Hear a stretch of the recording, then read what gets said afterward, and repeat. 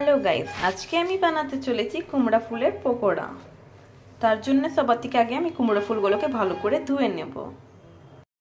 আমি ফুলের ডাঁটিগুলো আর এই মাঝের শীতটা এটা আমি সরিয়ে দিচ্ছি। খুব সুন্দর করে ধুয়ে নিয়ে এগুলোকে আলাদা করে রেখে দিচ্ছি। এবার আমি ব্যাটারটা রেডি করে নেব। 2 চামচ চাল গুঁড়োর মধ্যে আমি 1 চামচ বেসন দিয়ে দেব। এটার মধ্যে আমি দিয়ে দেবো একটু ময়দা, 4 থেকে 5 চামচের মতো।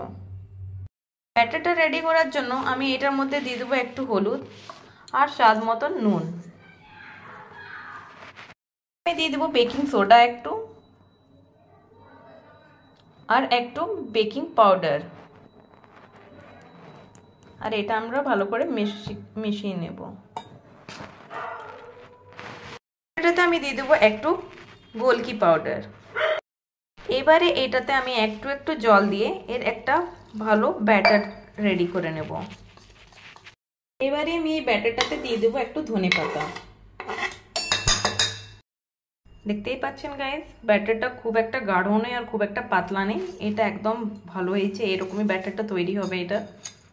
ব্যাটারটা আমি রেডি করে নিয়েছি। এবারে আমি একটা ফুল এরকম করে নেব আর তারপরে এটাকে এরকম করে ফোল্ড করে আবার ব্যাটারটা লাগিয়ে পড়ে আর তারপরে আমি এটা তেলের মধ্যে দিয়ে দেব। এরকম করে আমি সব ব্যাটারগুলোকে দিয়ে তারপরে ধীরে ধীরে পাল্টিয়ে দেব। এরকম করে আমি সব পকোড়িগুলোকে বানিয়ে নেব।